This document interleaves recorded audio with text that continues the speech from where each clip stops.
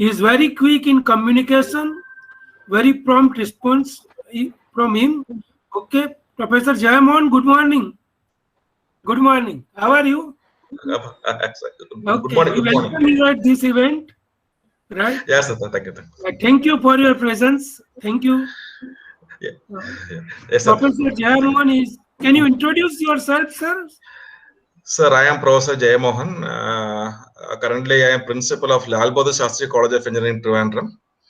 I did my PhD from NITK Surathkal in the year 2014, and I had attended IGC Surat in 2019. It was a good experience.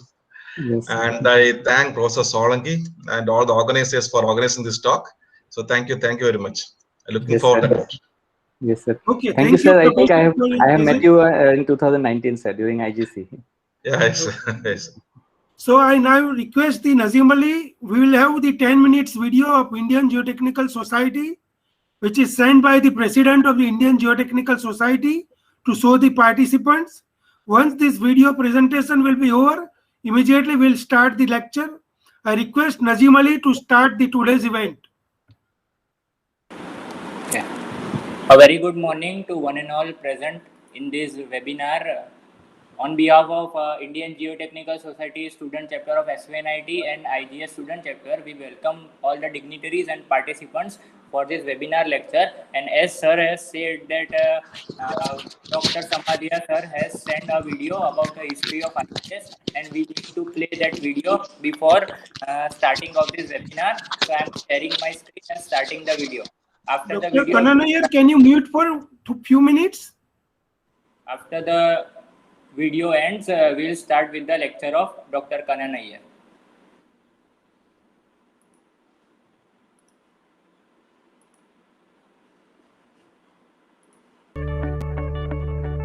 I hope that the video is audible. You can hear the video. Yes, Nazim. Yeah, yes. The Indian Geotechnical Society, which was earlier known and founded under the name of the Indian National Society of Soil Mechanics and Foundation Engineering, was established in 1948. This came soon after the Second International Conference on Soil Mechanics and Foundation Engineering held in Rotterdam. The society was affiliated to the International Society in the same year, and since then it has strived to fulfill and promote the objectives of the International Society.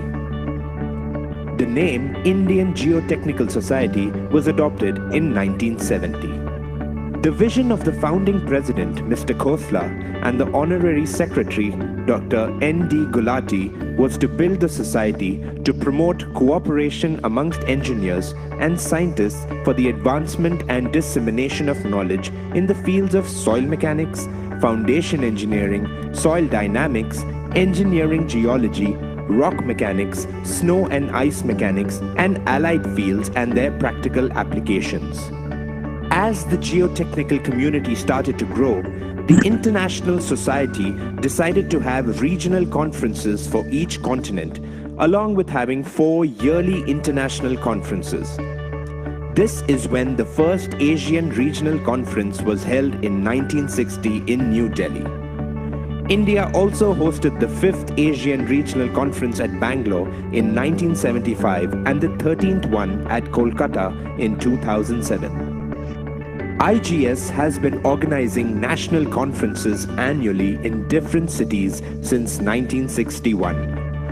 The Silver Jubilee Conference was held at Kurukshetra in 1973. 1978's GeoCon was a landmark conference held at IIT Delhi, which was inaugurated by the then Prime Minister Morarji Desai. IGS started the prestigious annual lecture in 1978. A tradition followed till date. The first one was delivered by Professor R.K. Katti. Several others who delivered the annual lectures include Professor Dinesh Mohan, Professor T. Ramamurthy, Dr. R.K. Bhandari, Professor Gopal Ranjan, Dr. B.G. Rao, Dr. N.V. Nayak, Professor G.V. Rao, Professor A.V. Shroff, and most recently, Professor M.N. Viladkar. IGS made an impressive debut in the international scene in 1994 with the organization of the 13th International Conference on Soil Mechanics and Geotechnical Engineering that was held in New Delhi. This was one of the biggest conferences in the history of the International Society, and it firmly put India on the international map. 24 years ago, in 1994, the Indian Geotechnical Society organized the 13th International Conference on Soil Mechanics and Foundation Engineering in New Delhi. This conference was a great success. Everything went perfectly as planned. Its technical sessions, its exhibition, its field trips, its delegate interaction, its companions program, its entertainment, and hospitality. Dr. Parry, the Secretary General of the International Society, in his concluding remarks, branded the conference as a magic carpet conference. The turning point came from the 12th Annual Regional Conference in Singapore, which saw more than 20 Indian participants and the keynote lecture by Professor Madhav. We were successful in winning the next ARC at Kolkata and also Professor Madhav as Vice Presidentship for Asia for the term 2005 to 2009. The major visible contributions from Indian Geotechnical Society have been in the latest 21st century. A large contingent had attended the Singapore Asian Regional Conference, followed by election of Professor M.R. Madhav as the next Vice President for the term 2005-2009. Several of our members have been, members of IGS, have been members of the technical committee, and the most recent achievement of our society has been the keynote lecture or plenary lecture given by Professor Babu at the Seoul International Conference. With the kind of enthusiasm and activities of the Indian Geotechnical Society and its members, I look forward to a much more greater role for IGS in the international community. The Golden Jubilee Conference was held in 1998 at Delhi. IGC has hosted the council meeting of ISSMGE at Bangalore and the 6th Asian Young Geotechnical Engineers Conference very successfully, thanks to great efforts by Professor Sitaram, Professor Srinivas Murthy and the team. IGS was successful in bidding for the 6th International Conference on Environmental Geotechniques to Delhi in 2010, which was a great success with due to Professor Manoj Datta's great efforts. The international community has become aware of our true potential, with several of our members becoming active in several technical committees of ISSMGE. IGS has a full-fledged office in New Delhi, catering to the needs of its members. IGS publishes a quarterly journal since 1962. It is now accessible online to all IGS members free of cost. Since 2012, the journal is being published by Springer for qualitative improvement and international reach. It has wide circulation and is retrieved internationally. IGS also publishes a quarterly newsletter to keep its members abreast of all geotechnical events. IGS operates through its local chapters that keeps its flag high in different cities of India. With 44 active chapters, IGS has spread its reach to every part of the country. Some of the active local chapters include Delhi, Roorkee, Mumbai, Indore, Pune, Goa, Surat, Bangalore, Chennai, Kolkata, Guwahati, and several others. To encourage the chapters, an annual Best Chapter Award was instituted in 1995. The Delhi chapter has won this award a record 5 times. The geotechnical industry in India is incomplete without its partnerships with geologists, earth retention system contractors, consultants, and public sector organizations. Institutions like the IITs, CSMRS, CRRI, CBRI provide industry-academia interaction so that the benefits of research reaches the industry and the industry can input to the academia what the thrust of the research should be. This helps in directly applying the findings of the research on the ground for real implementation. With the growing demand for land, we have skyscrapers sprouting up in every big and small city in India. As industries grow, demand for power and power plants also increases. Connecting the industries through bridges, highways, railways, and metros, the Indian geotechnical landscape only shows a promising future. This also means that there is a demand for quality work as the margin for error is nil. Today, IGS is working towards setting up a joint assessment for testing soils along with the National Accreditation Board for Laboratories, the NABL, to match the quality of testing with the international standards. IGS is also working with the Bureau of Indian Standards to prepare Indian standard codes in several aspects of foundation design and field and laboratory testing. Many of our members serve in these committees. The future is very bright and full of optimism. A number of initiatives have been taken up, promotion of student chapters in various colleges and institutes to sensitize the students about the importance of geotechnical engineering in the curriculum and the practice. Creation of number of professional groups to make them aware of the future challenges and opportunities in geotechnical engineering. A number of initiatives such as interactions with other professional groups that are overlapping with geotechnical practice are also initiated. It's hoped that with all these initiatives and further initiatives that one can have at IGS level, there could be better geotechnics in the country, which ultimately to better, cleaner, sustainable societies. The future of geotechnical engineering lies in the hands of today's students. Recognizing this, IGS has set up student chapters in some cities, several more in the offing. As we celebrate the 70th year of the Indian Geotechnical Society, the possibilities that we look forward to are limitless. Here's to saluting the past, celebrating the present, and welcoming the future.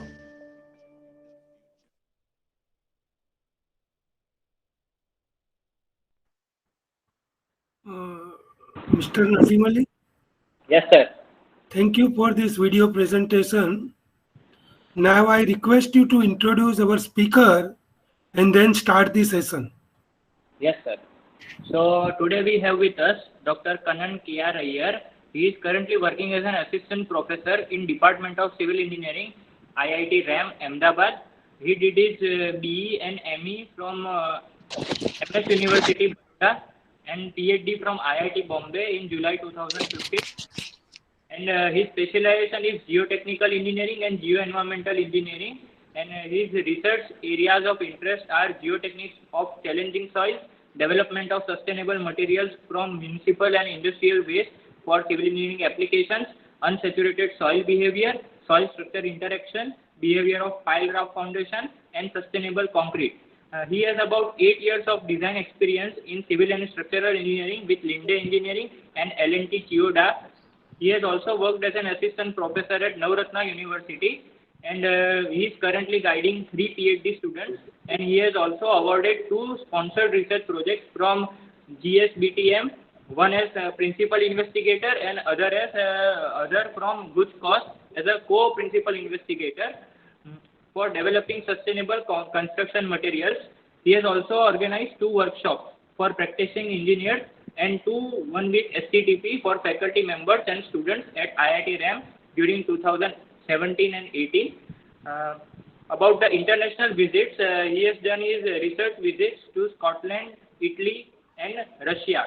And about the research publication, so he has about 15 international journal papers in ASTM, ASCE, Taylor and Francis, Elsevier, and other reputed journals, 9 international conference papers, and 4 book chapters. So with this short biodata, I request Dr. Kannan Iyer to share. Thank you. Okay. Thank you, Mr. Nazim. Am I audible to all?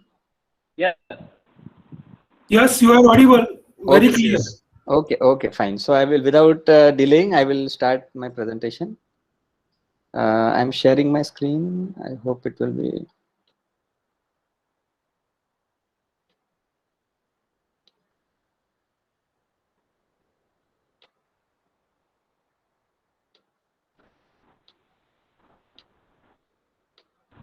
So I hope my screen is visible. Yes. Yes, your screen is visible now. Yeah, fine. So good morning to all. So I am thankful to IGS student chapter SVNIT Surat and IGS Surat chapter for inviting me to deliver this webinar on geotechnics of challenging soils. I also extend my thanks to Professor Solanki and Hitesh Desai sir and other members of IGS Surat chapter and the student chapter at SVNIT. So this topic of geotechnics of challenging soils is, I found it very interesting during initial days of my career, as well as, while I was studying, doing my master's and PhD. And, most of the, I would say, challenges in civil engineering related to geotechnical engineering have some aspect of, some challenging attributes of soil, and soil being a very natural material, like human beings, I would say, I would, correlate soil with human beings. So you would see a lot of variation, especially as well as, with respect to the time because of the environmental changes. So, it will be an interesting journey through this webinar, I perceive. Of course, I will not be able to cover all the different types of challenging soils because of the time limitations, but I will try to give you an overview of the different challenging soils which I have perceived and also, which have been researched over the years, and also, there are some practical case studies, which have been presented by different people who have shared their knowledge. And I will be focusing on at least 3 different types of challenging soils in detail in this webinar. So before going to the geotechnics of challenging soils, let us take an overview of the different geotechnical and geoenvironmental engineering problems. So we deal with soil, whenever we have to construct something on soil, within soil, or using soil, as a construction material or a fill material. So either it can be a basement construction or, stability of the excavation. When you construct a basement, nowadays you require, multi-story buildings, and you require a lot of space for parking. Like in Bombay, I have seen 6 to 7 story, parking below ground, that's about 20 meters of excavation. So you also have problems of groundwater table. Very high groundwater table, can cause a lot of problems during the construction or the excavation process, and post excavation also, when you have large uplift forces and earth pressure, acting on the retaining structures. And when you have to do this kind of, construction, there are a lot of geotechnical issues which you have to deal with. And when we have, tall structures, nowadays you have skyscrapers coming up in different parts of the world, even in India, so in Bombay, you have now buildings up to 400 meters, 500 meters tall, so they are, I would say, going to impound a very huge amount of loading on the soil, and the associated, functional requirement, that is the settlement and differential settlement, all these issues are going to be very critical, and you may have to go for deep foundation. Tunneling is, one of the important challenging geotechnical engineering problems these days, because you have a lot of metro construction, you have a lot of underground utilities like pipelines, going below. I can give you an example of Bombay, where, large water supply lines are being taken below Powai Lake, in large tunnels, more than 2 meters. I have visited that, deep tunnel, which is about 70-80 meters deep, through a vertical shaft. So it's a very challenging geotechnical engineering problem, and you have structures above, you have water bodies above, and how the stability of these above ground structures as well as the tunnel needs to be ensured. It's a very challenging scenario. And then you have different types of embankments which are to be constructed for roads, railways, and many a times you have the national highways or the distant roads which are elevated or separated from the state highways or the city roads, and you require these kind of embankments which require fill material, which requires geotechnics in terms of reinforcement of the soil, proper drainage of the soil, and long-term stability and performance in different environmental conditions. And then you have the engineered landfills, which talks about how you are going to handle the waste which is coming out of city and industrial areas, and how are you going to safely dispose it without causing air, land, and water pollution. So this is another completely different area, where a lot of geotechnical as well as geoenvironmental expertise is required. And when we talk about challenging soils, you have conditions where I will give you an example of soft soil conditions, in marine areas or near water bodies, where the soil is so soft, if you put your feet inside, it will go inside for few feet, it's so soft, you will get an SPT value of 1, maybe probably, sometimes 1, 2 in that range, and you want to support now, roads and different infrastructure on this road, then you require to do ground improvement. So you have to go for different methods of ground improvement. And then you have some structures like storage tanks, which are like, sometimes if you go to Hazira or other industrial areas, you will see that, they are 30-meter diameter and, 30 or 30 to 50 meter diameter, and height can be up to 30-35 meters. You can imagine how much pressure is being impounded by the liquid or the material which is stored in these tanks, and you will require ground improvement here also, like stone columns or other methods. And then you have a lot of issues related to slopes in onshore as well as offshore areas, the stability of slopes, and nowadays there is another area, which has gained a lot of attention, is the materials, which you get from different processes, like the waste material which you get from the solid waste disposal, the waste which you get from the dredging activity in sea, the waste which you get from industrial areas, how to reutilize this for different geotechnical applications as a geomaterial. So these are some of the challenges very well, put forward by Atkinson, and some of the measures, which you can have for slope stability and other I would say addressing the different challenging problems in geotechnical engineering. So I've just put through some, slides, where you can visualize this challenging scenario. So this is one scenario where you see your slope failure, and it has actually, damaged the tracks. This is from a landslide in Yorkshire in UK. So the triggering or the reason for this slope instability could have been, reduction in the strength and increase in the shear stresses post a rainfall event, or it could be a liquefaction induced slope failure after an earthquake event. This is a typical example of an earthquake in US where large landslide has occurred, and you can also see on the right side mud flow which has actually inundated many villages, and even some parts of the towns, and this mud flow can happen, it's like water flowing, the soil has become liquefied, and it is flowing for large distances, and it is inundating a very large amount of area. The amount of volume of soil which we are talking about is a huge, beyond our imagination, I would say. So these kind of landslides are serious problems, serious geotechnical problems, and many a times it may happen that we cannot prevent these landslides, but we can at least have an early warning system, so that we can rescue people and we can save lives. So liquefaction induced failure. So liquefaction is basically a phenomena where you have loose deposit which is saturated and which is subjected to vibration or dynamic loads, then there is a sudden development of pore water pressure, and the permeability of this soil is good in static conditions but not good in dynamic conditions to drain out this water, And because of this, you will see that there is a sudden increase in pore water pressure and the effective stress becomes zero. It starts behaving like a liquid, and anything you put in liquid, it will sink because it has no shear resistance, right? And post the liquefaction, you will see that the water has oozed out, the soil has densified, but by that time, most of the damage is done.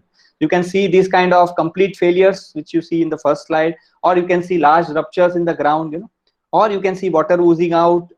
The last figure which you see, it is basically a typical example of failure in liquefaction induced scenario, where you have light structures, which float post the liquefaction event.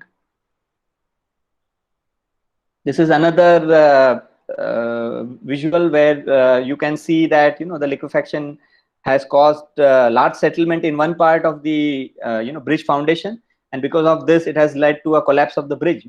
So this can be serious, I would say, scenarios where you can have devastating effects on infrastructure and the lives. So definitely we have to address such challenging situations by understanding the mechanics of the soils and mitigating it accordingly. This is another typical example where you see large cavities being formed in soil because of the internal erosion, or it can be also because of external erosion. So you can see different types of failures. The first photograph which you see on the left top, it is basically a pipe which has got formed inside an embankment or a water retaining structure. And the second slide on the right, top right, which you see is basically a typical erosion, erosion induced depressions, which you can see. And you can also see, cavities on ground. It also means that, because of large uplift pressures of flowing water, the soil has got eroded and it has caused, cavities. And basically these are all indicating, different types of pipe formation below ground. So it can also be below the embankment, below the dam structures in the foundation. And the final outcome of this kind of scenario could be a complete subsidence or failure, of the structure. And very commonly we see, these kind of breaches which you see on the right bottom. So these are like a section of the embankment has got breached out or, completely dislodged because of the pressure of flowing water. And this is not, always an instantaneous situation. It can also be because of a progressive erosion which has happened, and which has weakened that section. And suddenly, there is a flow of water which has actually washed away the part of the embankment. So these kind of scenarios are very dangerous, and we have to anticipate these scenarios much before we do the construction. So this is a typical, I would say, cross-sectional failure of a dam in USA, Michigan. This is the Edinville Dam burst, which happened during, the first COVID pandemic time, that is May 2020. And the complete section of the dam got washed away, and you can see the amount of water which is gushing out. The impact of this kind of failures, you can imagine that it will, completely inundate the downstream area, and large damage affiliated with this kind of failures. Another challenging condition, is the extremely soft soil conditions, which you will see in offshore conditions, or very close, very high groundwater level, and the soil is, extremely soft, marshy areas, swamps. These are all areas, creek areas, you'll see this kind of scenario. And suppose you want to construct an airport or a port, or a terminal building, or you want to construct roads for, allowing heavy vehicles, for transport of the cargo. You can imagine what level of, challenges you are going to face. Huge amount of, I have seen settlement of up to 2 meters, more than 2 meters in such soils, So these are very, I would say, difficult materials. There are other challenges associated with soft soils as well, like the disturbance causes loss of strength because of the disturbance, and it takes time for regain of this strength, and you will see very low bearing capacities. So ground improvement is definitely necessary in such cases. Another typical example of challenging soil is a collapsible soil. So at many places, this is a photograph which is taken where you can see more than a meter difference in the level of the ground. So why this kind of collapse has happened? This is not, I would say, common with all types of soil. So some typical soils, have a certain, structure, and this structure gets disturbed, because of a change in the environmental conditions or the loading conditions. So that causes the collapse. So there are, ways by which we can easily identify these kind of mechanisms in the soil, and you can mitigate them, well in advance. So through this photographs and visuals, you know, I just try to give you an overview of different challenging soil conditions. So probably, you know, although I have named it as challenging soils, you know, it is basically a peculiar behavior of the soil, you know, and there are different reasons for the soil exhibiting such peculiar behavior, okay, which I will discuss. So the ones, you know, which I have listed out here through my experience, the collapsible soils, the dispersive soils, the corrosive soils. These three soils I will be discussing in details today. And then you have expansive soils. I think most of you are aware of, you know, the expansive soil. Basically, we have large stretches of expansive soil in Gujarat, Maharashtra, Madhya Pradesh, which are formed by weathering of the rock. You know, in this region, it is basically the weathering of basalt rock. You know, and the peculiarity of this soils are, you know, presence of expansive minerals which cause large swelling and shrinkage. You know, and it has very high water holding capacity, and during the absorption of water, it swells differentially depending on the you know, moisture at different locations, and during shrinkage it cracks. You know, so these are very challenging soils. But today definitely I will not go into details of this soil. Then you have liquefiable soils, as I have already discussed. So you can have, now there are two types of scenario with liquefiable soils. So if you have fine silt, you know, if you have silt or fine sand, you know, this is the type of material, you know, which is susceptible to liquefaction, because it has a good drainage in static loading conditions, but it does not have good drainage in the dynamic loading conditions. Whereas if you have large, you know, coarse sand or gravel, you know, probably they have good permeability, and the pore water, you know, will get move out of the system very fast. This is one scenario. Another scenario is, you know, like you can have cohesive soils or mixed soils, you know, which under cyclic loading, it will undergo cyclic softening. So it is not like complete loss of strength, but partial loss of strength, you know, over the different loading cycles. So this is also a scenario which has to be handled, you know, when you are considering the response of soil under dynamic loading. Then you have dredge material. You know, dredging is basically the process which is done for maintaining the ports. You know, so you have the large ships which are coming to the port for loading and unloading of cargo, and they require a certain water draft. You know, and this water draft has to be maintained. So because of the, you know, low tide and high tide, you have the siltation of the particles, and these particles actually reduce this water draft. So as a regular maintenance activity, you have to keep removing this silted material, and this process is known as dredging, and the material which comes out of this process is called dredge material. You know, now this is a huge amount of material which is, you know, it's a regular activity in all the ports, and India has a very large coastline. So you can, and many ports are existing, you know, right from Mundra, Kandla to, you know, Bombay, Visakhapatnam, Orissa, Paradip, and so on. You know, so this material, you know, we have to think of reutilizing this material. You know, so there are challenges associated with this. Definitely, I will not be able to cover this in detail today. And then soft and sensitive soils, as I discussed earlier, you know, there are issues related to the geotechnical investigation. Because if you have a waterlogged area, you know, you cannot take equipments or people, you know, easily. So you have to construct a working platform there, and, you know, you have to create a, you know, stable ground, and then sometimes you have to use a Pantone for doing the investigations and, you know, doing the ground improvement and so on. So definitely a lot of challenges associated with soft and sensitive soils. Disturbance, we have to understand mechanisms like thixotropy, you know, and also sometimes complete loss of shear strength, and how you can, you know, arrest those kind of scenarios. Then you have frozen soils. So frozen soils are basically soils which are found in, you know, cold regions. So you have the sub-freezing temperature there, and if you have water presence, then, you know, the icification of the water happens, and because of this there is expansion, and because of this expansion you will see that, you know, the volume increases, and after the winter is over, you know, there is a melting of this water. So you have again the thawing effect. You know, thawing effect is basically the you know, melting of water, and causes reduction in volume. Now this can be differential at different locations, and this will cause, you know, similar effect what you have in expansive soils. You know, so there is a cold region geomechanics is a, you know, domain which you know, explores this area. And then you have filled up soils like landfills. After the landfills are closed, you know, and then you want to construct something on that. It's a very challenging scenario. You know, and you can also have natural organic soils. Many countries, like if you go to Malaysia, you know, if you go to many other countries, you will find deep organic deposits, you know, where you have organic content more than 50%. So it's very challenging scenario. So overall, if you see, you know, the challenges which we see in all these type of soil is the variation in the strength, the variation in the volume change properties, that is shrinkage and swelling, as well as the settlement, differential settlement, those properties, the variation in the flow properties, and you may have degradation in the material because of presence of organic matter, and this is happening because of interaction with water and external environment. So I've just tried to give you an overview of the different scenarios. You can have more scenarios. I have only listed few of them. Okay, so with this background, let us try to understand a few of the challenging soils today. The first type of soil which I would like to discuss is the collapsible soil.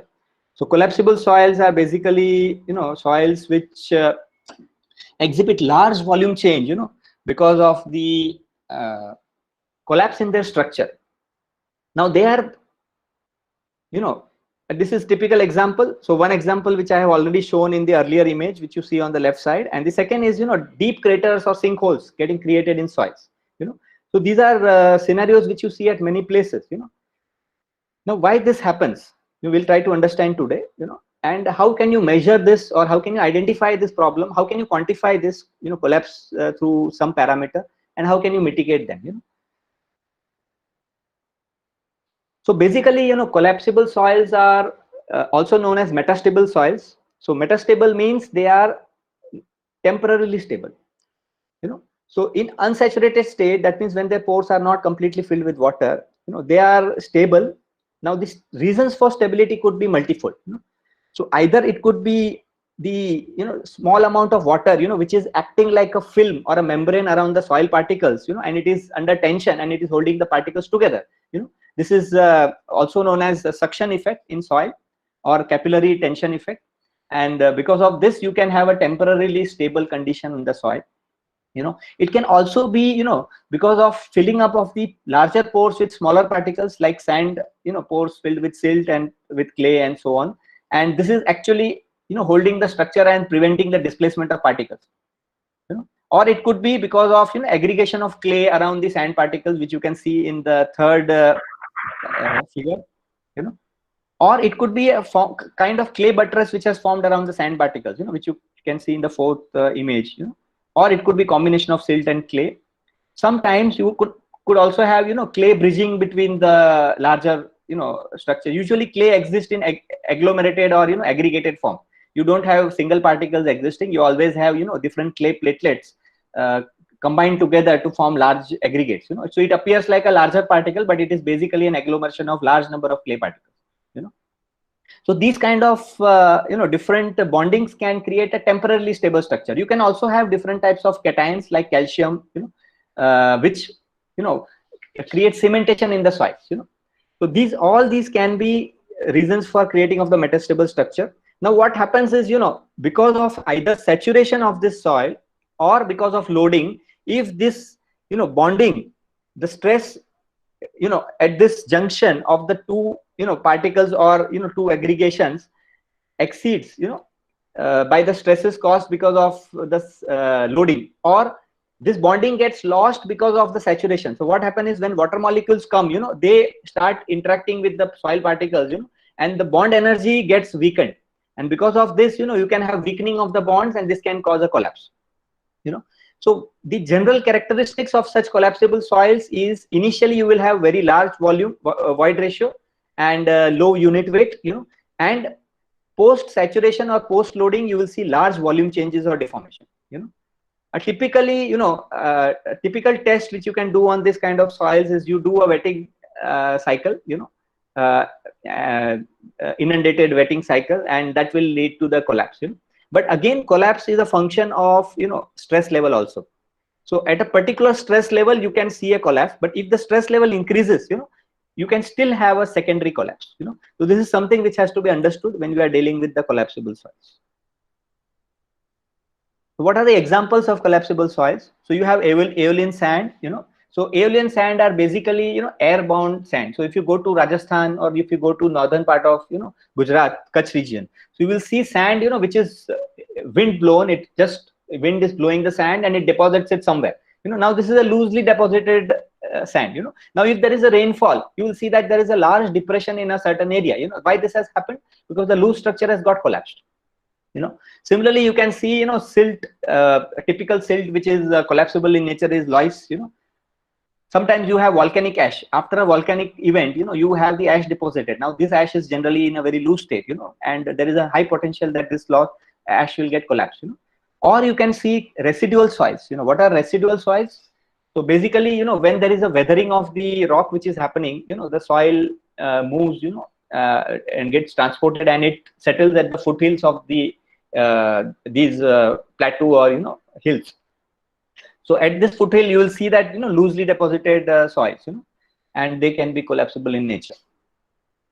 Now, another typical type of collapsible soil is a lateritic soil. So you find this lateritic soil in many parts of our country also, like Kerala, in Andhra Pradesh, Karnataka, even Orissa, and different regions. So what is peculiarity about lateritic soils? Lateritic soils are soils which are cemented because of presence of calcium carbonate or different types of cementing agents. So in a certain situation, in a dry condition, it is stable. Now when there is a high water table or there is a flowing water, because of a rainfall, heavy rainfall or flooding, what happens is this calcium gets dissolved, soluble in water, and it gets washed away with water. So over a period of time, you will see that all the cementing agents are getting lost, and along with this calcium, also the particles get washed away because the calcium is bonded to the particles, right? So over a period of time, you will see large cavities getting formed, and suddenly because of the loading, or because of saturation, you will see that the upper crust, which was protecting this, or which was keeping the structure stable, by arching action has collapsed, and you will see a large craters getting formed. Alaska is one place where they have a lot of craters, because of the lateritic deposits, and if you want to construct something in Alaska, you have to go through the local guidelines, which tells you, how to identify these craters, and how to mitigate them, in order to do some construction. Sinkholes, typically these craters are also known as sinkholes, and normally you will see limestone or so these lateritic deposits being the primary reason for formation of these sinkholes. I think in geology you might have heard of karst topography. So karst topography basically, you have these kind of sedimentary deposits which gets cavities over a period of time, and you can have such issues in such deposits basically. Okay, now the question comes, how will you evaluate the collapse potential? So there is a very good guideline available in terms of identifying the collapsible soils. So basically, the collapse potential is the terminology or the parameter which is used to identify the collapse potential. And a very simple test you can do this test in a oidometer or a consolidometer, which you use for consolidation test. Okay, so what you have to do is you just have to saturate the sample and then inundate it. And post inundation, you have to monitor the change in void ratio with respect to the initial void ratio. So your collapse potential is defined as the change in void ratio upon 1 plus E0, that is your initial void ratio, and it can be expressed in percentage by multiplying with 100, right? An alternative way to define the collapse potential could be change in height divided by the initial height, right? So this test can be done very easily, and you can identify the collapse potential. If you have any doubts related to now, a lot of intuition goes with geotechnical engineering and geoenvironmental engineering, that you have to be able to perceive that this kind of problem can happen while you are doing you are visiting the site, you are feeling the material, you are doing the laboratory investigations, you have to feel the material, and the observations which you get from the field test, the laboratory test, has to be evaluated in detail, in order to understand and identify these kind of issues. So a lot of observation and intuition goes in, identification of the problem. So this is the typical response of a collapsible soil from a consolidometer test. So you have the void ratio versus the pressure or log of pressure plotted. So the initial curve which you see in red color is AB. That is basically the typical consolidation curve which you get. And once you waterlog it or inundate it with water, you will see a sudden collapse. It can be a vertical drop, or it can be a if I try to plot this with respect to time, it can be a vertical drop, or it can be a increasing a change in void ratio with time. Okay, and then if I again load it further, then it will again show me a typical behavior which you see in a consolidation test. So there can be multiple collapses possible depending on the pressure level. Okay, so we have to identify up to the pressure level which you are going to exert on the soil when you are doing some construction, right? For example, if your foundation pressure is say 250 kPa, then definitely you have to check the collapse potential up to this pressure or higher than that, with some margin. Okay, now the issue with collapse potential, is if I'm, measuring in India at say 100 kPa pressure, somebody is doing at 200 kPa, somebody is doing at no pressure, just saturation. Then how do you compare these, parameters? So in order to standardize this process, ASTM has actually defined the collapse index. So collapse index is defined at 200 kPa of vertical stress, So this is done to standardize the definition of collapse. How do you define collapse for a soil? So based on this, you have to do this test of collapse potential at 200 kPa vertical stress. So that is basically a pressure of 2 kg per cm square, right? And how do you classify based on this? So if you have no, I would say void ratio change because of inundation, then you say that my soil is not collapsible and the collapse index is 0. And if it is varying from 0.1 to 2, you can say that, it is a slight, I would say, collapse. And if it is greater than 10, it would be severe, right? Okay, I would like to quote here, very good research done by Charles Ng a couple of decades back, where the effect of suppose we have a compacted field, suppose you have constructed an embankment, and you want to see, whether there is a potential of collapse, because of improper compaction or because of the loading or saturation conditions, So you can actually see from this study that the soil which were, initially compacted at higher moisture content, would exhibit, lower collapse potential as compared to soils which were compacted at lower moisture content. Similarly, the relative compaction is basically the degree of compaction which you could achieve with respect to the desired compaction, which you obtain from the laboratory test. So if you are able to achieve 95% or 98%, still you can see that, if you are depending on moisture content, there could still be some collapse in some soils. So this is an interesting study. Another study which you can see on the right side is after first cycle of wetting, you could see that about 15 to 16% of collapse has happened. So this is a huge collapse. But subsequently, they did not see any collapse on second or third wetting cycles. This indicates that the potential collapse has already happened. Now, in the second or third cycle, if you still see further collapse, this is generally not observed in saturating condition, but can be observed under loading conditions. So if your load increases, you could see such collapses in subsequent cycles. Okay, I was talking about sinkholes. So basically, this is how it happens. So you can see on the left side, you can see some water deposits, which have actually caused cavities, and these cavities, combine together as the salts are getting washed away and the soil particles are getting washed away, and large cavity gets formed, which you can see in the center of this figure. And one fine day, you will have a collapse of the above crust, and you will have a sinkhole. Okay, so now the question comes, I think, sorry for the format, I think because I am operating on Mac, there is some disturbance in the slides. Anyway, so what are the different methods for, remediation of the collapse potential? So one of the common methods which we use is hydrocompaction. What is hydrocompaction? Hydrocompaction is pre-wetting of the soil prior to construction, so that, or prior to application of foundation loading.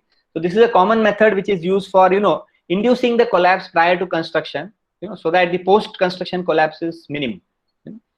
So there are different ways used for this kind of hydrocompaction. So one could be, you can actually have a salt water, instead of only using a normal water. Because after the collapse has been induced, these salts will cause cementation of the particles. So it will be an added degree of safety in terms of the stability of the soil deposit after the collapse has happened. Another method which some people use is injection of CO2. So why this is done? Because during the hydrocompaction, you are adding a lot of water, and this may lead to reduction in the bearing capacity and higher settlements because of loading. So if you want to make this soil partly unsaturated, then you can actually inject CO2 and you can remove the water, and these poreholes can again be filled with grout for stabilization if you need. So these are different methods which are used for ensuring that the post-construction collapse is minimum. Because we don't know that at a further loading, if there is a further collapse possible or not. Because in natural soil, even if you have done the test in laboratory, the natural soils can vary, significantly in terms of their structure, in terms of their degree of compaction. Another method which we commonly use is, in such soils, you can go for low-rise structures or lower foundation pressure. You don't need to load the soil too much. You can keep the foundation pressure less, so that you can ensure that the collapse does not happen at that particular pressure. You can go for solidification of the soil. So solidification can be because of injection grouting, or it could be mixing with lime or cement or other kind of stabilization. Replace and remove and replace of these collapsible soils is I would say not a preferred solution, but sometimes if it is not of significant depth, we can go for this kind of solution, because there is associated cost with excavation and finding a suitable replacement material, and borrowing it from another source, bringing it and compacting it to a desired density. Okay, and you can densify, as I said, by different methods. So these are all methods which will help you in mitigating the collapsible soils, or collapsible nature of the soil. Now, one thing I would like to highlight here, that you can have multiple mechanisms present in a single soil. That means you can have a soil which is exhibiting collapsible nature also, and it is exhibiting corrosive nature also. So it is not a type of soil, but it is a peculiar behavior shown by the soil because of certain mechanism. Each mechanism has a certain reason. So it is possible that the mechanisms get integrated and you can have multiple responses of the material or soil. Okay. The second type of challenging conditions which I would like to discuss today is the dispersive soils. So the word itself signifies that the soil gets dispersed. That means the particles are getting removed from the structure, right? So I have already shown you these images, different types of mechanisms which can cause dispersion in soil. So you can have piping, you can have erosion, you can have cavities on ground, you can have breaching of the embankment or dams or failures, or you can have a complete subsidence. You imagine that this piping continues throughout the cross section, and one fine day you will have the top structure just sitting down and collapsing. So this kind of failure is called a subsidence. Okay. To understand the dispersive soils, there are certain mechanisms which I have to discuss. So the first mechanism is suffusion. So what is suffusion? Suffusion is the process of migration of the soil particles through the soil matrix. So this process is defined as suffusion. And what suffusion does? Suffusion causes internal erosion. So because of the migration of the particles, you have particles getting eroded from the internal structure of the soil, and you have cavities getting formed. And these cavities are not visible outside. This is the challenge. And if they are not visible, they will be only visible when it reaches the one end or the exposed surface. So very common with soils which have very large exposure to water. So it can be because of heavy rainfall or inundation of water, or it can be in storage structures, like you can have in canal embankment, you can have in dam structures, you can have in mine tailings, you can have in ash ponds, this kind of phenomena. Right? And when you have this internal erosion, continuously, you will have the interconnected voids which, forms a path. And if this path actually starts from the downstream end, I will be showing you in one schematic also. And I will show one video, I would say not video, but a sequential images, which will help you to visualize this better. And so it starts from the downstream end, from where the water emerges out of the embankment, and it progressively goes towards the upstream end, where you are having the flow of water starting. So this kind of pipe formation happens as a result of internal erosion, in dispersive soils. Now, first question comes is, why this migration of soil particles takes place? So one of the primary reasons of this migration is the presence of sodium ions. So sodium ions are having the weakest bonds in terms of stability of the ions with soil matrix. So as soon as water comes in contact with sodium ions, there is a friendship between sodium ions and water, and they interact very fast because it has only one positive charge. So electrochemical balance is low, and as soon as it comes in contact with the water, the repulsive forces which are existing, it removes the sodium ion from the soil matrix. Now sodium ion will not go alone, it will take 3-4 friends together. So it will take the soil particles together along with the sodium ions in the water, and this is how the loosely held soil particles which are bonded to sodium ions will get washed away from the soil matrix. So this repulsive force which is caused by this interaction, makes the finer particles susceptible to erosion even at very low pressure. And if the pressure is very high, then large amount of particles will get washed away, and there will be large cavities getting formed. Now, when you have water, salt present in the soils other than sodium, like calcium, magnesium, potassium, then the problem is not so significant, because they have cementing properties, good cementing properties, whereas sodium ion does not have that good cementing property. So now if I try to visualize the different geotechnical issues related to such dispersive soils. So one is internal erosion, which we have already talked about. Then subsequently, because of internal erosion, you have the formation of the piping, and finally the failure, which is called subsidence. You can also have external slopes being eroded because of the flowing water, because the soil, it still has sodium ions, it still has loose matrix, so the water can easily erode the particles and the sodium ions externally also. So you can have two types of failures. One is induced by internal erosion and one is induced by external erosion. Okay, let us try to visualize how this happens. Of course, this is a side view. It is not a 3D scan, but still, I think this sequence of images which I have taken from a classical video lecture on YouTube. So you can see the central portion. You can see it is wet. So this whole area, dispersive nature of the soil is triggered, in this zone because of the internal erosion, which is because of the suffusion process. So you can sequentially see, what is happening. So you can see on the right side tube, you can observe that, a lot of particles are getting washed away. I'm going back to the first slide, you can see that, a lot of particles are getting washed away, and slowly you can see cavities are getting formed. And although we are not able to see this, but you can feel that as the soil particles are getting washed away from the right, there is a pathway which is formed, from the downstream end, that is the water with soil on the right side, to the upstream end. So this pipe has got formed, and this pipe is just widening now. And because it has widened and reached the surface of perspex, we can see this on the sides, and what you can see on the top is a subsidence which is happening, and one fine day you will see a collapse. This is how the failure happened, and this is what has happened in the dam in Michigan, basically. Fine.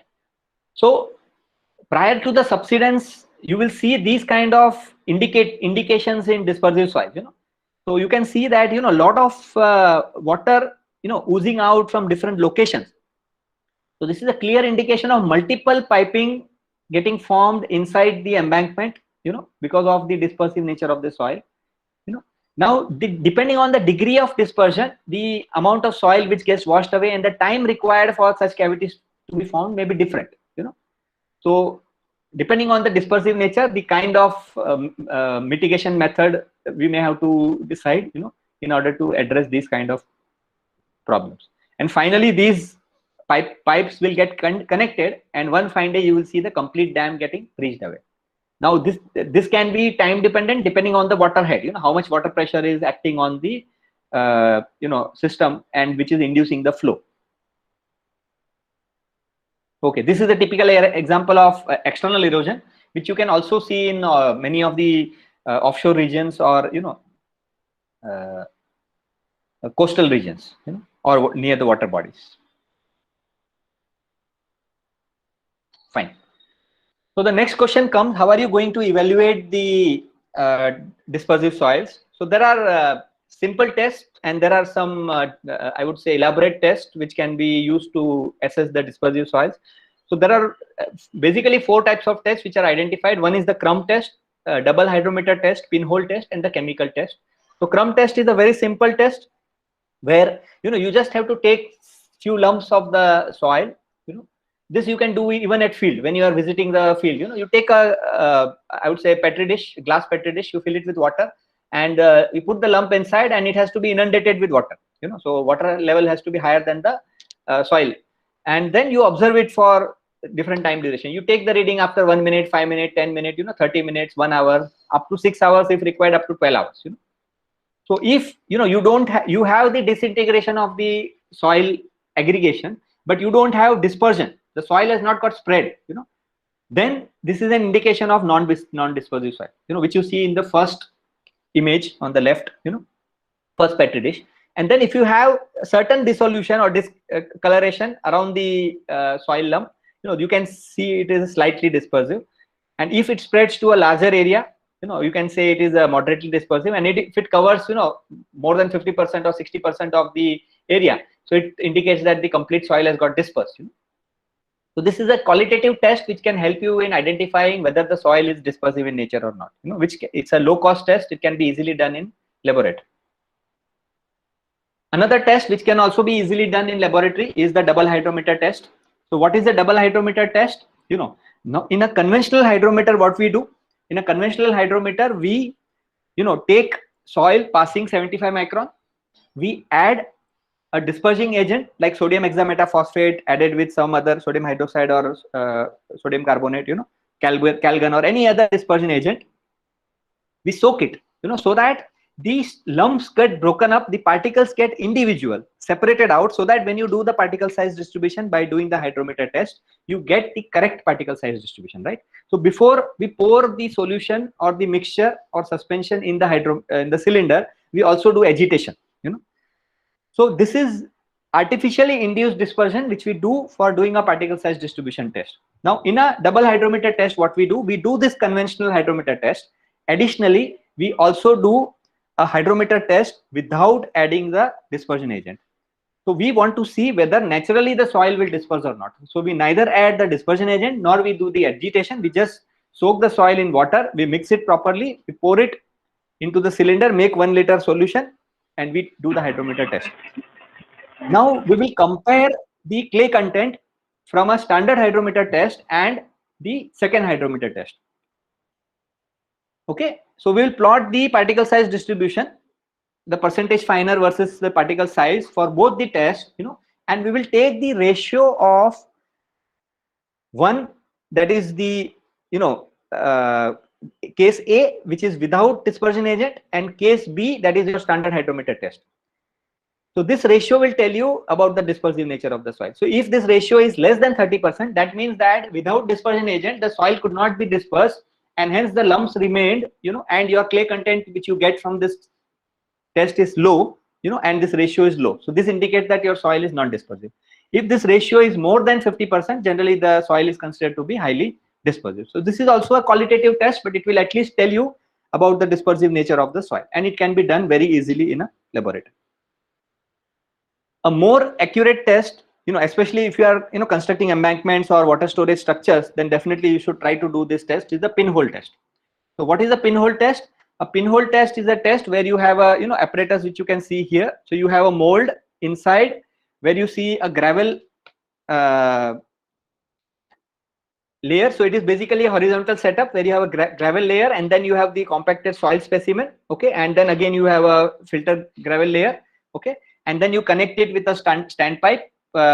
Now what we do is we create a small hole of 1 mm inside this soil specimen, and we allow the flow to happen at different heads. So we can start with 1 inch, 2 inch, up to 1 meter head, and we collect the water in a cylinder on the right side, okay.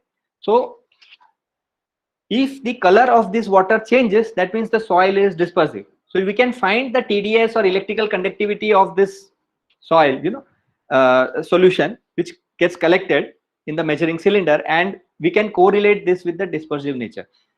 Another indicator from this test is the diameter of the hole. So if the diameter of the hole, which was initially about 1 mm, has increased, so this is an indication of a piping action getting formed, because of internal erosion inside the soil. So depending upon the different, the response of the material under different heads, you have the classification of dispersive nature. So this classification is available in detail in this paper by Sherrod et al. In 1976. Okay, so if anyone has, wants to go into detail of this, you can definitely refer to this article. Another test which we can use for identification of the dispersive nature of the soil is the chemical test. Now this is I would say more detailed test. So in this, what we do is we have to wash this soil, so generally what we do is we generally stir this soil in water so that all the ions get washed away, and then we do centrifugation. Okay, so by centrifugation you can remove the particles, or you can do the filtering. So finally we leach out all the salts from the soil into liquid, and then you analyze this liquid. So you can use different tools like ion chromatography, you can use atomic adsorption spectrometer, you can use ICP, inductively coupled plasma, and many different techniques are available, or you can use the conventional titration process as well, and find out what is the percentage of sodium ion with respect to the total salts. The total salts will include sodium, calcium, magnesium, potassium, and different salts, right? So what is the percentage of sodium ions? If the percentage of sodium ions is more than 60%, then definitely your soil is highly dispersive. If it is less than, I would say 40%, then it is likely that your soil is not going to be very dispersive. So by doing all these tests, you can actually quantify the extent of dispersiveness of the soil, and then you can think of different mitigation measures. So how will you deal with such soils? So basically, generally the problems with dispersive soil, as I mentioned, is more critical when you are having flowing water or water pressure, right? So it is basically in heavy rainfall regions or where you are having storage of water. So generally, if you are constructing an embankment for canals or for dams or check dams or any other application, then you can actually place the dispersive soil in core of the embankment, where you are not going to have the interaction of water with the soil, because in the outer core you will be having better permeability, and you will provide a filter. So through the filter, the water can be drained out, and you can avoid the interaction of the water with the core. So there is no possibility or very low possibility of the soil particles getting washed away. Now, why this may be required? Because there may be a shortage of soil material. You may not have enough material for construction of large structures, many a times. So you may have to use local soils or available soils which may be dispersive in nature, but you can do it selectively. Or you can do chemical modification of the dispersive soil. So you can add hydrated lime or alum or fly ash, gypsum, magnesium chloride, or any other salts which have cementing properties, and you can actually create cementation so that the particles don't get washed away easily, or I would say the more effective way is to have chimney filters or sand filters inside these embankments also, so that you can prevent the direct interaction. Okay, many a times you can control the water content and compaction density. So if you have now this will depend upon situation to situation, but if you have low compaction density, and if you have ensured that the structure which is there in this low compaction density is stable, then there is enough space for the water to flow away. So there is no pressure getting created, because the water is draining freely, and because of this, the washing away of particles can be minimized. And another way which people try to do, if space is available, is going for flatter slopes, but this may not be possible always because of the non-availability of the land, right? So these are some typical examples which have been conventionally used in dams, but you can also use it in embankments if required. So these are chimney filters. So what chimney filter does is, you have the water table and you will have the phreatic line. So phreatic line is basically the pre-surface of water, and it meets somewhere the chimney filter, and as soon as it reaches the chimney filter, there is very high permeability, so the water will follow this path, and it does not have enough energy to move to the soil ahead. So this is how the water will get drained out because of high permeability of the filter. This is another example. The one which I discussed was with one outer core and outer core and inner core, where inner core you can use the dispersive soil. This is another method where you can have non-dispersive soil in the core and in the key, which you do with the foundation, and you can have dispersive soil, and outside you can have a protection layer which can be a sand gravel blanket and chemically treated blanket on the water side. So these are different methods by which you can handle the stability or ensure the stability of dispersive soils if you want to use it because of lack of available material. Okay, so now I'm coming to the third type of soil, that is the corrosive soils. Now this is another very challenging type of soil conditions which even I have faced during different projects while I was in industry, especially when you are in coastal regions. If you go to Gulf countries, or if you go to different countries which have large coastlines, and any development being done there, you have very high water table, and this water table water is salty. It has calcium, it has chloride, it has sulfate, it has different types of ions, and this have aggressive effect on concrete, steel, which embed inside the soil. So the presence of these ions in soil and the presence of water makes the soil corrosive to the foundations or different structures, substructures which we construct in soil, including pipelines, and other underground utilities which you put in soil. So to understand the corrosion process, now you take any metal, you take iron. You take iron is usually more corrosive than other metals like copper, zinc, or any other metal. But the basic phenomena which happens is because of the presence of water, in presence of air, oxidation of the surface happens. So basically you have kind of electric current flow which is getting induced because of the presence of water, presence of air, and presence of the metal ions, right? So the oxidation happens, and then acidification can also happen. Like if you have sulfate, then H2S gas gets formed, because of this corrosion process, and you can have H2SO4 getting formed, because of interaction with water. So basically your anode is what gets oxidized, and your cathode gets reduced during this process. Now if our method our metal, suppose you have the reinforcement inside, or you have a steel pile inside ground, or you have a pipeline, if they act as anode, then they will get corroded. So we can either protect this from the direct interaction with the environment, that is especially water, or we can induce an sacrificial anode, which will get corroded and which will protect our metal from corrosion. So this is how the process happens basically. So the cathode is what gets the positive ions, and the anode is what gets the negative ions, during this process, and it loses the metal. During these reactions, the anode will lose the material and it will get corroded. This is basically the reaction which happens in any corrosion process. So the presence of water creates an electric field, and the flow of ions, will create this flow of ions. Because of this action, it will induce a pseudo electric current. So you have to imagine that you are applying an electric current. It is happening naturally in this process, and the metal starts reacting. The reinforcement or the steel pile or underground pipe, they start acting as an anode. So what are the factors which affect the corrosion in soil? So one is the soil water content and the water retention. So if water is not getting retained in the soil, then the possibility of corrosion is reduced. Because interaction time of water with the material is also important. Soil aeration. If there is no aeration, suppose I put something under water, then the chances of corrosion are very less.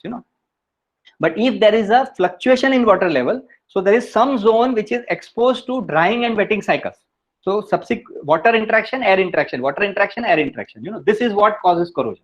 So a material in purely dry conditions or completely inundated in water probably will not undergo corrosion. But what is triggering the corrosion is the cyclic drying and wetting. So soil aeration is very important. The pH level of the soil is equally important. Because if you have acidic conditions or too much of alkaline conditions, then that may lead to the corrosion process. Electrical resistivity of the soil. Now what is electrical resistivity? It is basically the resistance to flow of electric current. Now if you have a lot of air inside the material, for example, if you take gravel or this kind of material, the resistivity will be very high. But if you have small pores which are well connected, and it is filled with water, the electrical resistivity of the soil will be very low. So depending on the electrical resistivity, you can define the corrosiveness of the soil. Presence of dissolved salts or soluble salts, these are also important, especially when I was talking about the offshore conditions, where you have a lot of salts in water, and that makes it highly corrosive. If you have chlorides, this it has it breaks away, it deteriorates, sulfates, chloride, it deteriorates the concrete structure also. CSH or CAH bonds which are formed, they get weakened, and more of calcium carbonate and other weaker bonds gets, so it is basically the, I would say, deterioration of concrete which can be triggered by presence of the chloride, sulfates and other salts. Okay, sometimes you have sulfates present, and in soil naturally there are sulfate reducing bacteria. So this bacteria will reduce sulfate, form H2S gas, from that it will form H2SO4, acidic conditions, and this will trigger the corrosion, accelerate the corrosion. So it is very important that in such soils you have to use sulfate resisting cement, and other methods have to be used to resist this deterioration process. And of course the soil slope, for example, if you are having a sloping ground, then the water flow is, water is not stagnant, and because of this the corrosion potential will be reduced. So how do you assess the soil corrosion? So you can assess by monitoring the soil pH, you can assess by monitoring the soil resistivity, you can also assess by identifying the amount of sulfates, chlorides and organic matter. Now if organic matter is present, then sulfate reducing bacteria has a lot of food available, it will multiply faster and it will cause more damage to the soil. Okay, so this is basically a guideline, rough guideline available, that if your pH is less than 5, I would say, or in case 4, very acidic conditions, or alkaline conditions, so you can have corrosion. Usually in the neutral range, that is, I would say, in the range of 6 to 8, generally you don't expect much of corrosion to happen. But of course, it depends on other factors as well. Okay, so this is the classification which is given based on the soil resistivity. So in gravel, you will see very high resistivity. Resistivity is generally measured in ohms centimeter. Okay, so if you see, silt, if you see clay with silt, if you see clay, so this is the range where you have low resistivity. If you have very heavy plastic, that is over consolidated clays, then again the pore sizes are small, the connectivity pores are poor, so you will have very high resistivity. So if you have peat, if you have organic soils, then probably you can have very low resistivity. Low resistivity indicates high corrosion potential. This is another classification for corrosion rate with respect to soil resistivity. So generally up to 2000 ohm centimeter, you can say that the soil is low corrosive. And if it is more than 10,000, you can classify it as highly corrosive. There are different classification systems available, but what I would suggest is, the ASTM guideline. So ASTM guideline says that up to 10,000, it is corrosive in nature. Less than 1000 ohm centimeter, it is not corrosive, and more than 10,000, we can say that it is definitely corrosive. Sorry, other way. Up to 1000, it is highly corrosive, and if the resistivity is higher, definitely your soil is not corrosive. Okay, now when we have, different metals, especially when you are using steel piles, hollow sections, eye sections, then depending on the corrosion rate, generally additional thickness is given to the material. So this is something which you have to consider, when you are actually designing substructures with steel. It can be underground tanks, it can be steel piles. So corrosion tolerance has to be given as an additional thickness to this material, or you have to give adequate coating to the material, which will prevent or resist retard the rate of corrosion. Now, some studies have been done which tells you about how corrosion gets affected by moisture content, or temperature. So if you see here that the resistivity of the soil is, very high in dry conditions. So that means your soil is not corrosive in dry condition, but as your moisture content increases, it equalizes to a stable value and it becomes very highly corrosive. So of course this will depend upon the other properties of soil as well. But if you compare the variation of moisture content for a particular soil, you can see that the resistivity is very high in dry conditions. So in dry conditions, the soil is not corrosive in saturated condition. And where you have moisture fluctuations, you can have high corrosion rate. Similarly, temperature. So in sub-freezing temperature, you have very high resistivity. And as soon as you have temperature more than 0, your resistivity becomes more or less not affected by the temperature, and it becomes low. That means your corrosive nature. So a frozen soil is less likely to be corrosive as compared to the soil which has undergone thawing effect. This is a typical corrosion process which you can see, where the sulfate reducing bacteria forms H2S gas, and this H2S reacts with oxygen in the atmosphere, and it forms H2SO4, and it makes this soil very aggressive in terms of the corrosion of the metal or concrete, or the deterioration of concrete. Fine. Now, with respect to the sulfates and chlorides, also some guidelines are given. So, if your sulfate content is more than 200 ppm, your chloride content is more than 100 ppm, your organic content is more than 1%, and your pH is either less than 5 or more than 10, and your resistivity is less than 3000, then your soil is corrosive. So, if your soil is not corrosive, then it has to meet these guidelines which are given here. So your resistivity should be more than 3000 ohm, your pH should be between 5 to 10, sulfate should be less than 200 ppm, chloride should be less than 100 ppm, and so on. If you meet these guidelines, more likely that your soil is not corrosive in nature. Sulfates and chlorides can be easily identified in soil by doing a chemical test, So you have to leach out all the salts, sulfates and chlorides by doing different processes. And either you can determine by using the titration, standard titration method, even which is given in IS codes, or you can use advanced instruments which I told you, ion chromatography, ICP analysis, inductively coupled plasma analysis, and so on. Okay, so whenever the manufacturers of pipelines or the piles, steel pile manufacturers, they will give you some guideline with respect to the corrosion rate of the material. You will have these kind of charts available from the manufacturers, which you can use as a guideline, and depending on the conditions, whether it is severe condition or moderate condition or mild condition, you can actually estimate how much corrosion will happen over the life of the structure, and you can either go for mitigation methods, or you can have some allowance in terms of increase in the thickness or coating.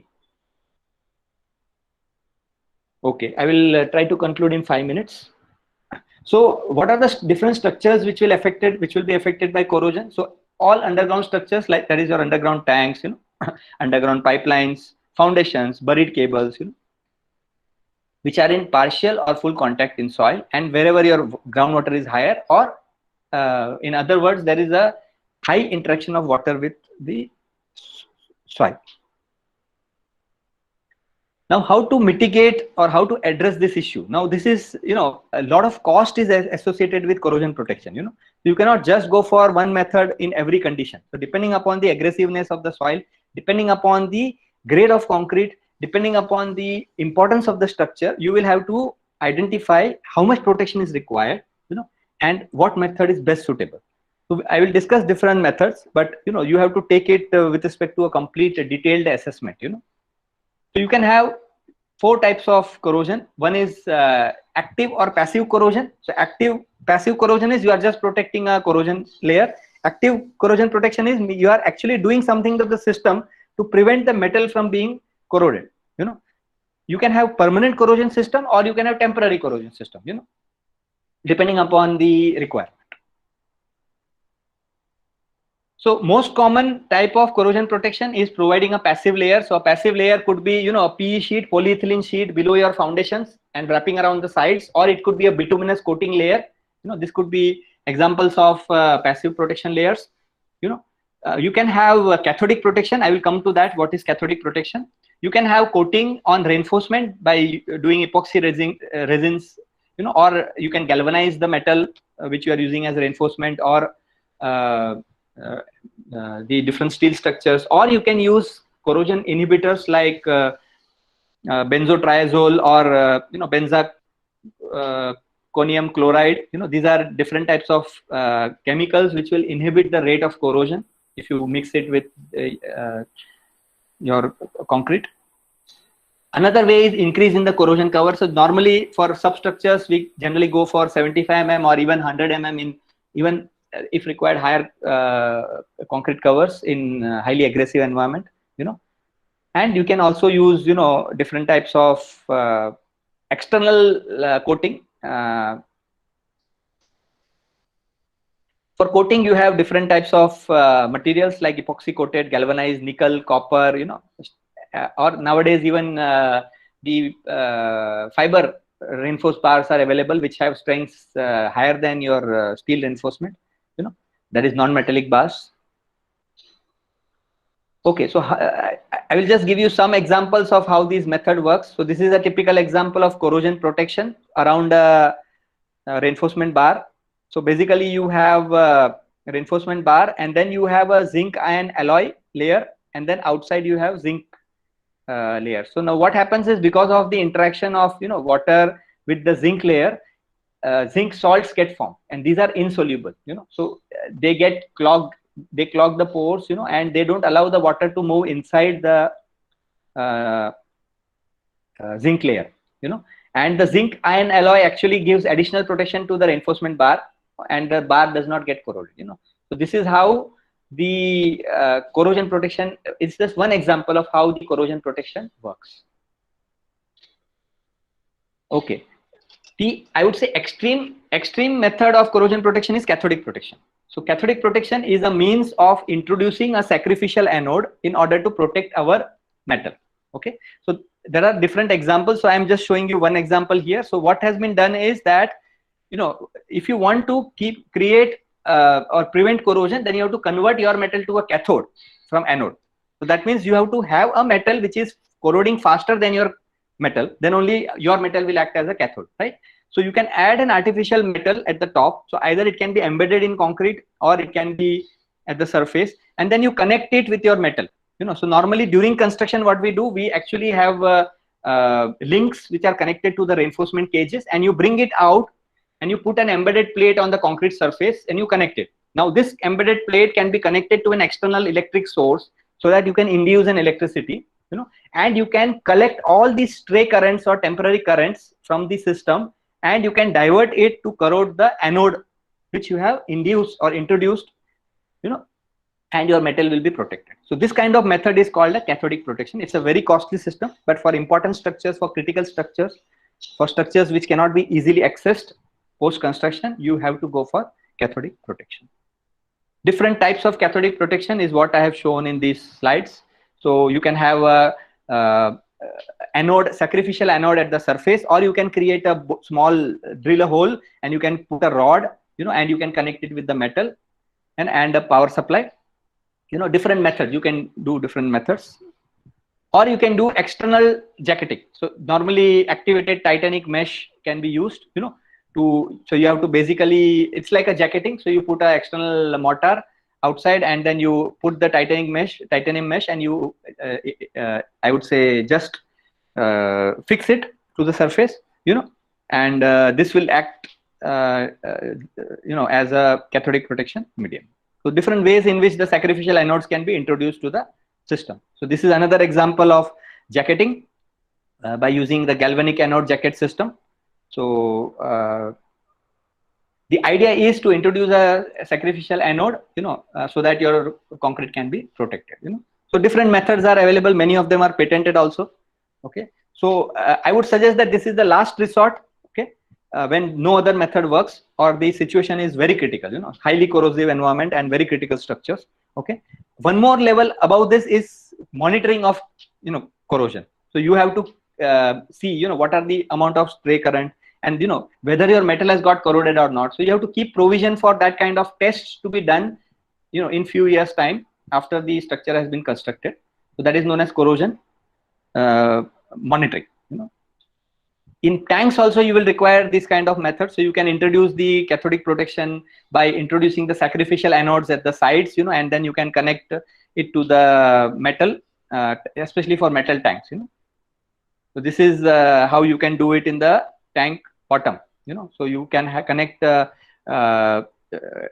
reinforced metal with the anodes through series of arrays.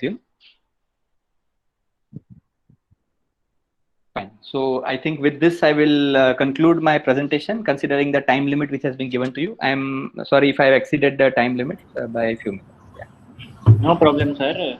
It was a very fruitful lecture, sir. So if any participant wants to ask anything, he or she can write the question in the chat box. Sir will answer.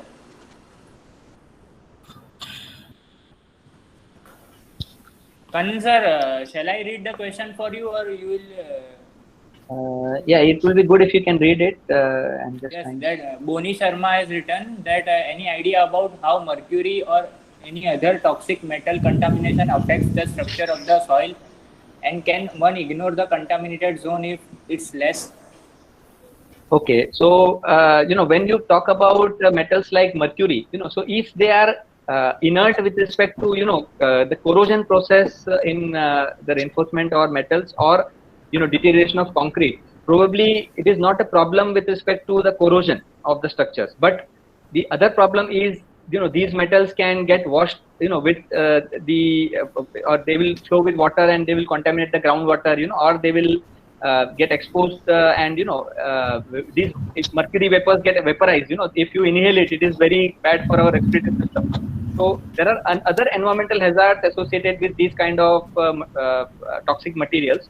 So when we consider the I would say environmental impact, so it is not just about corrosion, but it is also ensuring that the groundwater, land and air and human beings and other lives are not getting affected by these metals, right? Okay, next question is, any limitation in using FRP bars to prevent corrosion? FRP bars, one of the challenges, of course, you get FRP bars, which are having strength comparable to steel or even higher than that. But one challenge would be, the exposure of these bars to UV radiation could be one challenge. Other challenge could be, the bonding between these FRP bars and concrete. That is one of the important mechanisms through which the stresses are getting transferred. So I think a lot of research is being done in this direction, and definitely a lot of applications are also coming up where the fiber reinforced bars or glass modified bars, they are being used. Even other synthetic materials are being used for development of alternate reinforcement types. Okay. Other question is, any natural reinforcement instead of steel to use in construction? Natural reinforcement. Now, like in geotechnical engineering, we have been using jute and other fibers, natural fibers as reinforcement. But natural materials, if they are organic in nature, they have their limitations that they will get degraded over a period of time. So they cannot be used for all applications. They can be used for erosion control to an extent, for preventing the surface erosion of slopes. They can be used, Okay. Another question is, kindly put some light on how to create identification for studying the collapsible potential of soil in lab using consolidation tests. Okay, so if you want to do the study on undisturbed soil, you have to take the sample by either using a core cutter or in a UDS tube. Bring it to the lab, extrude the undisturbed samples in a consolidometer. That can be easily done, by using the sample extrusion setup. And once you have this, you load it in a consolidometer like you do for your consolidation test, and then you have to inundate or flood the specimen with water, And if you want to follow the ASTM method, you have to apply a vertical stress of 200 kPa, and then you have to observe the vertical settlement, And you can compare the change in height with respect to the original height of your specimen, and you can easily identify the collapse index, or you can define the collapse index. Okay. Next question is, nowadays we people are dealing more with contamination of soil on many sites. So how we can check the spread of contamination beneath the ground if one want to remediate the site? Okay, so when we talk about contamination, first of all, we have to identify what type of contamination is there and the extent of contamination, how much it has spread, So normally, if it is a large area, then you will have to have observation wells, and you have to collect the water samples and test them. But a simple experiment which we can do is I would say plume test, So you just dope a contaminant at one particular location, and you allow it to spread in a certain zone, and you have sampling points in different areas, And you can take the samples and you can analyze them, and you can, and then you can do a contaminant transport modeling if required, to find out at what rate it is happening. If you map the soil properties, you can also define, whether what processes are involved, in this contaminant transport process. of course, it requires tools, and a lot of, I would say, advanced equipments for doing these kind of studies. Okay, and last question from Dr. Jayamohan sir. Will FRP sheet piles be advantageous in collapsible soils to prevent erosion, especially for canal protection works? Okay, FRP sheet piles can be used as a barrier, definitely, for erosion of collapsible soil. Yes, definitely. Like if you want to use it as a external protection, like a diaphragm alternative, like temporary diaphragm structure, it can be used. It can be explored, definitely. But one challenge which I think is the cost associated with this, and the advantage with the steel pile. Sheet pile is the ductility of the material. So when you are driving this kind of FRP sheet piles, how they are going to resist the dynamic forces, that is going to be another challenge. But definitely, I think it can be explored. Okay, over to you, Solanki sir. We have many more questions, but due to the time limitations, we may not take the others questions. I thank Dr. Kannan Iyer for delivering this lecture on geotechnical challenges for the soil engineering, and we are very much thankful to you for your delivering the lecture here in the Indian Geotechnical Society SVNIT student chapter and Indian Geotechnical Society Surat chapter, as well as SVNIT Surat. Others questions, Nazim, you may send to the Dr. Kannan Iyer and get the answers and send to the participants. Some of the participants have asked here for the certificate. We do not issue the certificate to the participants. Whatever webinar is organized here, we are not providing the certificates. We thank you for the presence of Dr. Jayamohan, also Sanjay Verma from IGS Jabalpur, and many more stalwarts are attending their, have given their time and attended this event. Thank you all. So we end this session here. Thank you. Thank you to all and all the participants and IGS Surat chapter and the student chapter at SVNIT for giving me an opportunity to share my experience and knowledge with all. Hitesh Bhai, would you like to speak for 2 minutes? Hitesh Bhai? All the participants get the benefit of your field as well as academic career. So we are very happy and very knowledgeable, and from the first fundamental. Your lecture was from the first fundamental. So those who are having some little idea about the things, he can also understand and he can build. So really indeed that's something like foundation engineering. You have done it for this problematic soil. On behalf of all the participants and on behalf of Surat chapter and students chapter, I thank you very much, Kannan sir, for your efforts and your very informative talk. Thank you very much. Very much, sir. My pleasure. Sir. Thanks a lot. So, thank you all. Thank you all. Okay, so we are ending this session now. Thank you all for joining. Thank you. Bye-bye. Take care. Stay safe, all of you. Thank you. Thank you, sir.